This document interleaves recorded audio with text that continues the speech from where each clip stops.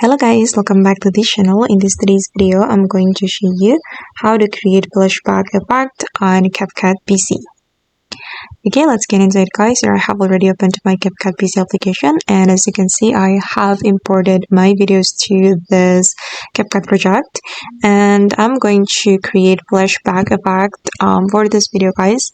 Let's say that this girl is remembering about the past time with her boyfriend, and I'm going to create flashback effect for her. So I'm going to place the flashback here. Okay, I'm going to split my video, and then I'm going to add the flashback video. Okay, this is the flashback moment. Alright, and then wait, I'm just going to cut it to make the process faster.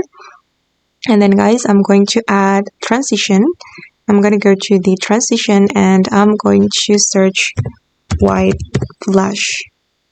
Okay, this one guys, and I'm going to add this transition, and then we can customize the duration.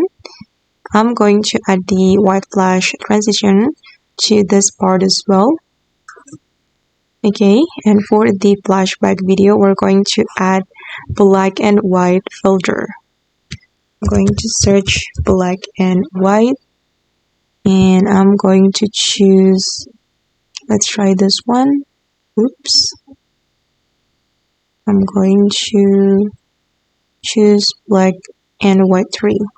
Okay, and I'm going to play it guys to show you. Okay, like this, and yeah, that's so cool.